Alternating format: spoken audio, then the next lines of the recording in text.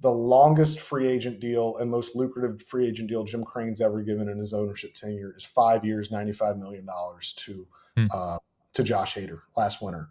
They don't play in that ballpark. They don't play in that realm of 7, 8 years, $200 million, which I think is what it's going to take to get Bregman. And I wrote this morning when a fan asked me in a mailbag piece that I put up, what are the chances? And I said, go back 3 years ago. This team had Carlos Correa, a homegrown 1-1 overall pick who was begging to stay in Houston. Welcome into another edition of On the Record. My name is Jesse Friedman, and we are here previewing this weekend series between the Arizona Diamondbacks and the Houston Astros. Of course, the first time that these two teams have met this season. And here with us to preview this series is the one and only Chandler Rome, who joins us from The Athletic, does an outstanding job covering the Astros. Chandler, thanks for hopping on. We really appreciate it. Yeah, thanks, guys. Appreciate you having me. So I guess we'll start with the pitching matchups, Chandler, in this series. I think all of the Astros starters kind of have their own unique narrative that's kind of worth digging into. We have Brandon Pfaadt against Framber Valdez going tonight in the opener. Then we have Eduardo Rodriguez against Yusei Kikuchi. And then Ryan Nelson goes against Justin Verlander in the finale of this series. I guess I'll start with Framber Valdez. He didn't actually start the season all that well from what I can tell, and he has turned things around dramatically. I believe he threw 7 no-hit innings in his last outing and has an ERA now in the low 3s. What has happened this year for Framber Valdez that caused him to struggle early and maybe, turn things around so much here recently? It's kind of the story of Framber Valdez's career, really. His stuff is elite. I mean, he's got some of the best stuff in baseball. I mean, Mike Trout once called him the best pitcher he's ever faced, and that comment has resonated a lot. And with him, it's just about consistency. He works a lot on his mental state. He works a lot on just what's kind of going on in his head, because I think that's the one thing stopping him. It's kind of between the ears. It is not stuff. It's not execution. It is, can he kind of keep it together, keep himself composed, whether that's when a bad call goes against him. You mentioned he carried a no-hitter and he threw 7 no-hit innings last week. He's taken 3 no-hitters this year into at least the 7th inning. Wow. So to watch, how he gets affected when he gives a no-hitter up or when he gives up a hit in general. There have been times in the past where he's been kind of unable to control his emotions. I think he's done a much better job this year of just kind of doing his breathing exercises, centering himself and not allowing, things to overtake him emotionally.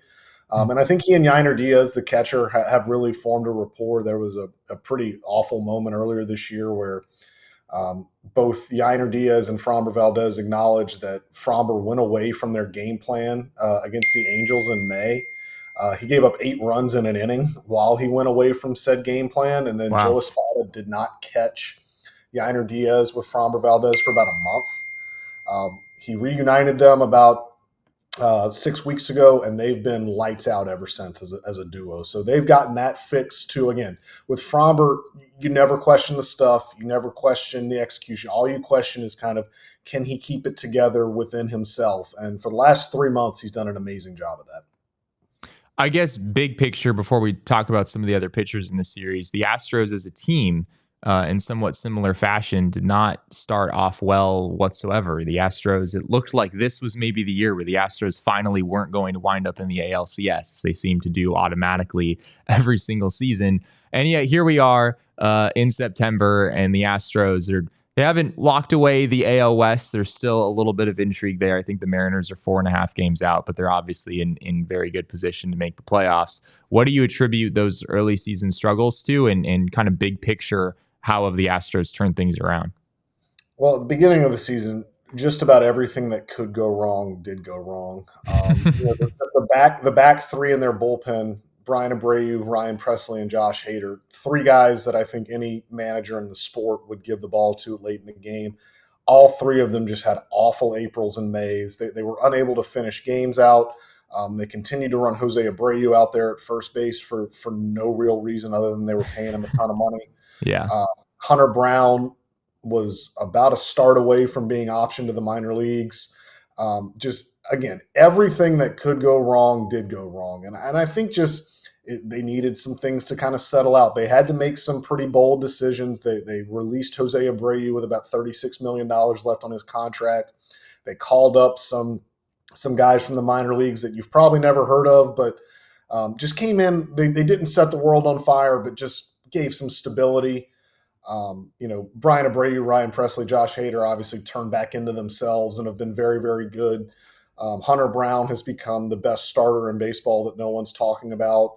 Framber Yeah. Valdez, who we just talked about, really turned it on, and I just think kind of their true talent showed itself out. And I do think you can't talk about their resurgence without talking about the other four teams in the American League West, how bad they are. I mean, the Mariners are, I believe, since they were 44-31, only the White Sox have a worse record than them in baseball. So, I mean, they're free fall. You can't talk about the Astros' ascension without talking about how awful this division is. And I think that helped them, quite frankly, that they play in the worst division in baseball. And, the Astros, for lack of a better word, kind of their muscle memory kicked in. They was like, all right, like we're the Astros. Like we've got better players. We've got a better team than anyone in this division. Let's just kind of turn it on. And that's what they did. And I guess they also picked up a player at the trade deadline who has been one of the best players ever since in Yusei Kikuchi. I know the Diamondbacks faced Kikuchi while he was with the Blue Jays a couple months ago. I think he started that outing off well. They wind up scoring 7 runs in an inning off him before he's finally removed from the game. This version of Yusei Kikuchi seems a little bit different. He has a 2.57 ERA in 6 starts since being traded over to the Astros. What's been the difference for the Astros' new lefty? Well, I think it's a couple of things. Everyone wants to talk about, what do the Astros do to overhaul him, like pitch sequencing, pitch selection, things like that. I think, first of all, you have to look at when you go from a team that had such bad vibes, like the Blue Jays, they were they were a dumpster fire. I mean, they had a bad bullpen. They knew they were going nowhere. They knew that they were underachieving. I mean, that team was bad vibes personified. When you go from that to a championship contending clubhouse with an elite bullpen, with a good defense behind you, I think that can make anyone better. And I think that has been the first thing, that he kind of got away from those surroundings and is now in just a better overall environment. And the Astros traded for him. They didn't want to overhaul him. His stuff, even when he was with the Blue Jays and had a 6 ERA, like his stuff is elite. Like he's got some of the best stuff in baseball, can get it up to 99, has 3 or 4 secondary pitches that he likes. But the Astros, it was pretty simple. Throw your changeup more, throw your curveball less, throw your slider more to the back foot and back door locations. He's really turned his slider into 2 separate pitches just from the where he locates it now. He's throwing more back door. He's throwing more to the back foot. And when he's able to locate that in different areas, I think it makes his changeup better, for one.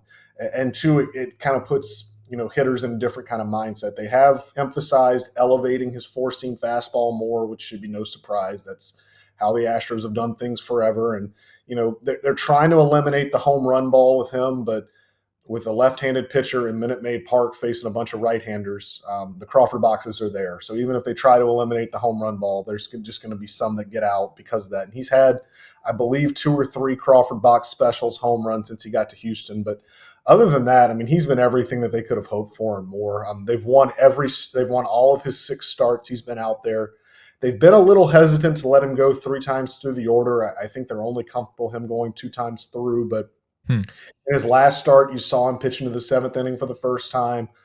He really seems to like it here. He seems to like his teammates. He seems to really have had his eyes opened by what the Astros pitching coaches and analysts have told him. And you can't argue with the success. I think if a playoff series started today, he would be their 3rd starter if they could line it up the way they want to. Well, you mentioned throwing high fastballs, which instantly makes me think of Brent Strom and his transition from the Astros organization to the Diamondbacks organization a few years ago. I know we had you on the show back then to just sort of give us a feel of what Strom is like as a person and as a coach. I'm curious on the Astros side, what is the post-Brent Strom era on the pitching side looked like? Have there been changes? It sounds like, at least from what Stromy has said, that there was already a really strong infrastructure in place when he left. What has that kind of been like over these last few years? Yeah, I think Stromy's right on. He's got 2 of his disciples, if you will, running the Astros pitching department and Josh Miller and Bill Murphy, and they really haven't missed a beat. They should get a lot of credit this year for how this thing has turned out because, I Hmm. mean, early on, even in spring training, you were kind of thinking this team was going to be a run production team. This is going to be a team that was going to Right. slug. You look at the lineup and you're like, all right, just as long as the pitching doesn't fall apart. And then it's completely turned on its head. This lineup has underperformed all year, and this pitching staff is one of the best in baseball. And they're doing it with 6 starters currently on the injured list, 3 of whom are out for the year, in Luis Garcia, uh, Lance McCullers Jr., Christian Javier, and Jose Urquidy. So 4 are out for the year, excuse me. Hmm. They've turned Hunter Brown into almost an ace. They've gotten rookie Spencer Arrighetti. He just gave up 9 runs in 2/3 of an inning against the Reds, but before that, he was August pitcher of the month in the American League. Carried a no-hitter into the 8th inning against the Phillies. You've seen in their bullpen, Taylor Scott, who was a minor league signing, has been a revolution for them. Caleb Ort, who they claimed off of waivers, has been throwing 99 and getting big outs. So they deserve a ton of credit for this. And it is all kind of the same message. And look, not every pitcher, they're not going to tell every pitcher, elevate your four-seam fastball. They're not going to tell every pitcher, eschew this pitch, don't throw this pitch. It's different. But I think it's more the messaging and the way they get it across to these guys more than like some uniform way of pitching that they have. Because I think we've seen in other organizations that try this uniform way of pitching, it doesn't work. You have to tailor what these guys do well. And I think more importantly with the Astros, maybe than other teams, the Astros, and this is going to sound really rudimentary and elementary, but it's something Yusei Kikuchi has talked about a lot. The Astros look more at, okay, what do these hitters not hit? And Hmm. instead of throwing your best pitch, instead of throwing like what you're most confident in, why don't you throw what we know this guy can't hit? And I Sure. think that's been a huge step in the right direction as well. I guess there aren't many Astros pitchers that seem to be struggling right now, but Justin Verlander is maybe one of them. Maybe hasn't been a total disaster by any means, but he has an ERA around 4.5. Struggled a little bit in his most recent outings. He's well into his 40s at this point. Verlander's sitting at 260 wins. I know he has an option for next year that it sounds like is not going to vest, so he would become a free agent. What do you see as being Verlander's future, whether with Houston or maybe elsewhere, and what should Diamondbacks fans maybe expect to see from this version of him on Sunday? Yeah, I think it's been a little bit outsized. The maybe just from Astros fans, like the outcry about Verlander these last 3 starts. He missed 2 months with a neck injury, Sure. and just came back. I mean, he's basically calling this his spring training, and he called his last start in Cincinnati his 3rd spring training start. I think if anyone has earned the benefit of the doubt and has earned the benefit of patience and giving him a runway to let him figure some stuff out, it's Verlander, and that's what they're going to do. Everyone's talking about pulling from the playoff rotation. Like, no. Like they trust that he will figure it out. He said after his start in Cincinnati that his mechanics were just completely out of whack, and Verlander's a guy that he knows himself maybe better than anybody I've ever covered, and just knows what he needs to do to get outs, what he needs to do to get this team deep into games. Is he 2021 unanimous Cy Young or 2022 unanimous Cy Young Justin Verlander? No. I mean, this is not vintage Verlander anymore. His velocity, not that he needs velocity much anymore, but it's about 91 to 93 now instead of 94 to 96. He can reach back and get 95 when he needs it, but relies a lot more on soft contact, relies a lot more on early count outs, and relies a lot more on command. And his command really hasn't been there since he got back from the IL. So it's not and let's also think about too the lineups he's faced since he comes back from the IL. His first start was against the Red Sox, who mash. Then he goes to Philly and has to pitch against the Phillies at Citizens Bank Park, another team that mashes. The Reds, who have had the Astros number for years now, and then he's about to get the Dbacks, who also mash. So it has not been a soft landing spot for Verlander. So, I think the Astros would like to see signs of progress. I don't think they're going to panic and do anything rash if he gets lit up by the D-backs, but I think also the calendar's shrinking, and they do have to kind of figure out who are they going to count on in the playoffs in October, presuming they get there. And it's strange to say, but right now, as we've just talked about, I put Framber Valdez, Hunter Brown, and Yusei Kikuchi ahead of Justin Verlander right now in terms of who Sure. this team would trust in a playoff series, and that is wild to say. And as far as his future goes, you mentioned it. He needs to throw 140 innings for his option to vest. That is not going to happen. I would be surprised if he's back in Houston, but he has such a good relationship with owner Jim Crane that I also would never rule anything out. Jim Crane has already re-signed him once as a free agent. He's given him 2 extensions. They really like each other, and sometimes this can go over the baseball ops point of view. This can be just Crane and Verlander hashing things out. So I'd be a little surprised if he's back, but again, when these guys, when it comes to Verlander, especially with his relationship with Crane, nothing would really shock me. I do think he wants to keep pitching. He said on ESPN a couple of weeks ago that he's got that bright, shiny number, kind of thinking about Sure. next 300. That's 300 wins. Again, it's tough for me to doubt Justin Verlander, but just given where he's at, it's going to be a really tough task for him. He has said on multiple occasions he wants to pitch until he's 45. He's 41 now. It's gonna be a slog. It could be a grind, but again, if I put my faith and trust in anyone, it'd probably be Justin Verlander, just given how he's resurrected his career late into his 30s and into his 40s. Last thing for you on the hitting side of things, I know you mentioned that the Astros lineup has really underperformed for a good portion of the season. One guy who was really struggling early in the year is Alex Bregman, and it seems like he has very much found it here over the last few months. I believe he has an 879 OPS going back to May 28th, so he's been one of the best hitters in baseball for several months at this point. It's been a kind of a weird walk year for him. Obviously, he's hitting free agency this winter. Do you expect to see him back with the Astros next year, or where do you think this could go? I think the Dbacks need a third baseman. It's fair. I think I wouldn't rule that out. I don't think he's back in Houston just because you look at what the extension Matt Chapman got 2 days ago. That should maybe be the starting point for negotiations with Bregman, who is a year younger than Matt Chapman. Yeah. And who, if you look at his overall stats, is a better player. Matt Chapman's the better defender, obviously, with the gold gloves and everything. But overall, Bregman is the better player. And Bregman has the postseason pedigree. And I think the one thing with Bregman that a lot of people don't take into account is his presence in the clubhouse. This is a bona fide leader.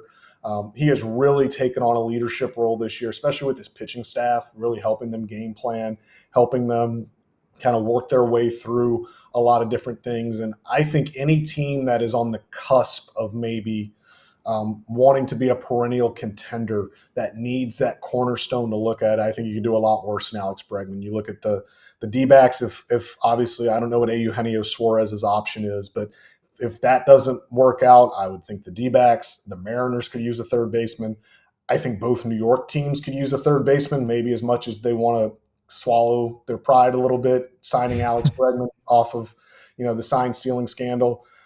The Blue Jays could use a third baseman. You look at the Detroit Tigers, who are managed by AJ Hinch. They're kind of that team I was just talking about that could be on the cusp of being something little pretty good. They could use a third baseman. And then you look at the Red Sox. They have a third baseman in Rafael Devers, but who says Bregman can't play second, maybe, or move Devers to first, put Bregman at third. There's a lot of options out there. And you look at this Matt Chapman contract, 6 years, $151 million. The longest free agent deal and most lucrative free agent deal Jim Crane's ever given in his ownership tenure is 5 years, $95 million to Josh Hader last winter. They don't play in that ballpark. They don't play in that realm of 7, 8 years, $200 million, which I think is what it's going to take to get Bregman. And I wrote this morning when a fan asked me in a mailbag piece that I put up, what are the chances? And I said, go back 3 years ago. This team had Carlos Correa, a homegrown 1-1 overall pick who was begging to stay in Houston, who said he wanted to be an Astro for life, said it on their flagship radio station, said it in every way they can say it, and they didn't make that happen. If they're not going to re-sign him, if they're not going to bring him back, I wonder if they're ever going to do it. So I don't think Bregman's going to get the type of 10-year deal that two teams did end up giving Correa, even though they didn't get finalized. I don't think he's going to get the 10-year deal. I think he'll get a 7 or an 8-year deal, and I don't think it'll be with the Astros. I think it'll be elsewhere, and I think Bregman I think he'd love to come back to Houston, but I also don't think he's going to take a hometown discount, and I think he is intrigued to see what the open market holds. Well, we'll see what happens with that situation and this Diamondbacks-Astros series over the weekend. Of course, both of these teams in good position, but trying to secure playoff spots down the stretch here in September. Chandler, thanks again for hopping on. We really appreciate your time. All right. Thanks, guys. We all silly like the mayor.